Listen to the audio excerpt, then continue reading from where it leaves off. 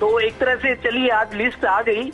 एक तरह से बीजेपी की जो पहली लिस्ट थी उसमें तो बवाल हुआ, लेकिन कांग्रेस ने सेफ गेम के लिए ऐसे नाम दिए कि इस पर कोई विवाद या आपत्ति या कोई नुक्ताचीनी नहीं करेगा। ये नाम आने वाले थे, इन्होंने पहली लिस्ट में वो दे दिए। अब बाकी जो नाम आते हैं देखना होगा कि कांग्रेस उनसे कैसे निपटती है, किस तरीके से नाम आते हैं। उसके बाद जो आशंकाएं बनी हुई हैं शायद वो बाद में पता लगेगा, लेकिन एक दो दिन में दूसरी लिस्ट भी आएगी। जहां तक गठबंधन की बात है, आम आदमी पार्टी से बातचीत हो चुकी है, लेकिन कांग्रेस का जो प्रदेश नेतृत्व है वो नहीं चाहता कि आम आदमी पार्टी से। देखिए आम आदमी पार्टी बिल्कुल कमजोर है, 2 बार हाइप बना था। बिल्कुल देवेंद्र जी, चर्चा को आगे बढ़ाएंगे, लेकिन इस बीच अपने दर्शकों को एक बार फिर से उन तमाम नामों का जिक्र करके बता देते हैं कि कौन से उम्मीदवार को कांग्रेस की तरफ से कौन से विधानसभा सीट पर चुनावी मैदान में भेजा गया है। जयवीर सिंह को समालखा से चुनावी मैदान में उतारा गया है और इसके अलावा सुरेंद्र पवार को सोनीपत से टिकट मिला है। बता दें कि जगबीर सिंह मलिक प्रगति आपको एक चीज करेक्ट कर दूं, जयवीर सिंह को समालखा से नहीं मिला, जयवीर सिंह खरखोदा से है। समालखा से धर्म सिंह छोकर का नाम है, ये थोड़ा क्लैरिकल मिस्टेक जा रही है। जयवीर सिंह वाल्मीकि वो खरखोदा सोनीपत से हैं। समालखा से जो लिखा हुआ आ रहा है वो समालखा पानीपत का है, वहाँ से धर्म सिंह छोकर है जो मौजूदा विधायक है। ये थोड़ा सा क्लैरिकल मिस्टेक जा रही है स्क्रीन पे। ये बिल्कुल, कांग्रेस ने 31 उम्मीदवारों की सूची तैयार की है। हमारे साथ एसोसिएट एडिटर महेश कुमार भी बने हुए हैं। डॉक्टर महेश कुमार जी, जिस तरीके से कांग्रेस ने अपने 31 नामों का ऐलान किया है, 31 नामों का जिक्र यहां पर इसलिए भी किया जा रहा है क्योंकि ये नाम सेफ खेलते हुए कांग्रेस ने अपने चुनावी मैदान में उतारे हैं। शायद बीजेपी की जो पहली लिस्ट सामने आई थी उससे जो सियासी हलचल तेज हुई थी, अंदरूनी महकमे में जितनी हलचल मची थी, जितने बगावती सुर देखने को मिले थे, उससे कांग्रेस सतर्क हो गई है। यही वजह है कि 31 उम्मीदवारों को चुनावी मैदान में उतारा गया है। अभी सबसे पहले जो सूची आई है उसमें 31 नाम सामने आए हैं और ये वो नाम है जिसमें पहले जो तय माने जा रहे थे। कांग्रेस ने बिल्कुल सेफ खेला यहाँ पे। महेश जी, फिर से बात कही जा सकती है कि तूफान को आप टाल तो सकते हैं लेकिन तूफान को रोक नहीं सकते। फिलहाल टाइमिंग को बेहतर बनाने की कोशिश यहाँ पर कांग्रेस पार्टी की तरफ से की जा रही है। अभी हर तरफ जो खबरें सुनने को मिल रही है वो भारतीय जनता पार्टी के नेताओं के पार्टी छोड़ने की, पार्टी से नाराजगी की जो खबरें अलग अलग विधानसभा क्षेत्रों से सामने आ रही है। तो ऐसे माहौल में जब भारतीय जनता पार्टी डाउनफॉल की तरफ नजर आ रही हो, जब बैकफुट पर नजर आ रही हो, भारतीय जनता पार्टी के नेता अपनी पार्टी के खिलाफ बोल रहे हो, पार्टी के खिलाफ खड़े हो, तो ऐसे में कांग्रेस पार्टी को इसका सियासी फायदा मिलता है, चुनावी फायदा मिलता है। और इस माहौल को बनाए रखने के लिए फिलहाल कांग्रेस पार्टी ने अगले 48 घंटों के लिए कह सकते हैं कि खुद को सुरक्षित कर लिया है। यहाँ पर प्ले सेफ गेम यहाँ पर कांग्रेस पार्टी खेलती हुई नजर आ रही है। तमाम वो सीटें जहाँ पर किसी भी तरह की संशय की स्थिति नहीं थी और पहले से कहा गया था कि तमाम विधायकों को टिकट दिया जा रहा है, फिर चाहे वो कुमारी शैलजा समर्थक हो, फिर चाहे वो भूपेंद्र सिंह हुड्डा समर्थक हो, तमाम विधायकों को, मौजूदा विधायकों को टिकट दिया जा रहा है। ये फैसला पहले से लिया जा चुका था। इसके अलावा दिनेश फोगाट को चुनावी मैदान में उतारने का ऐलान दिन में ही कर दिया गया था। बजरंग पूनिया और दिनेश फोगाट दोनों ने कांग्रेस पार्टी को आज ज्वाइन किया। बजरंग पूनिया को यहाँ अखिल भारतीय किसान कांग्रेस के चेयरमैन की नियुक्ति यहाँ पर दी गई है और उनकी पार्टी में ज्वाइनिंग के साथ ही उन्हें इस पद से नवाजा गया है और चुनावी मैदान में दिनेश फोगाट को उतारने का काम किया गया है। फिलहाल प्ले सेफ कांग्रेस पार्टी की तरफ से खेला गया है। तूफान को अगले 48 घंटों के लिए कांग्रेस पार्टी ने टाल दिया है। फिलहाल महेश जी जरूर टाल दिया गया है, लेकिन जैसा कि आपने जिक्र भी किया कि चुनाव तूफान को टाला जरूर जा सकता है, रोका नहीं जा सकता। तो क्या जो स्थिति बीजेपी में बनी वो कांग्रेस में भी बनती हुई नजर आ सकती है? क्योंकि कहा यह भी जा रहा है कि दावेदारी कांग्रेस में भी भरपूर थी। कई दावेदारों की तरफ से उम्मीद जताई जा रही थी कि उन्हें शायद टिकट मिल सकता है, लेकिन कई लोगों के टिकट काटे भी गए हैं, कईयों को चुनावी मैदान में दोबारा से भी भेजा गया है। क्या ये पशुपेश की स्थिति, अंदरूनी कलह की स्थिति आगे आने वाले समय में कांग्रेस में भी देखने को मिल सकती है?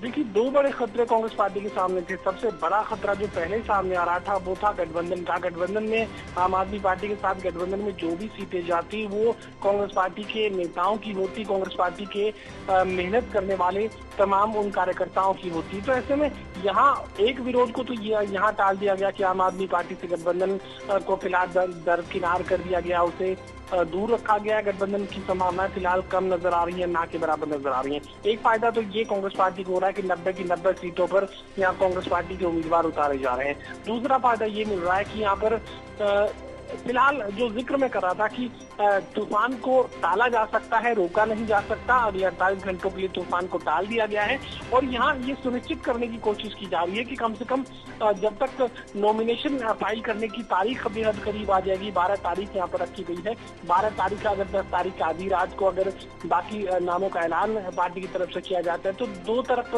जो ध्यान है तमाम उम्मीदवारों का डाइवर्ट होता हुआ नजर आएगा। एक तो भारतीय जनता पार्टी की तरफ जो मूवमेंट है वो नहीं हो पाएगा, पार्टी छोड़ने में लोगों को वक्त चाहिए वो नहीं हो पाएगा और नॉमिनेशन भरने के लिए लोग दौड़ते हुए नजर आएंगे। तो तमाम जो खबरें हैं वो नॉमिनेशन की चलती हुई नजर आएंगी। तो ऐसे में पार्टी छोड़ने वालों की जो आवाज है वो कहीं ना कहीं दबती हुई नजर आएगी। इस मौके का फायदा यहाँ पर कांग्रेस पार्टी लेने की कोशिश करेगी। जो जल्दबाजी की जो स्थिति होगी वो कांग्रेस पार्टी के लिए फायदे की होगी।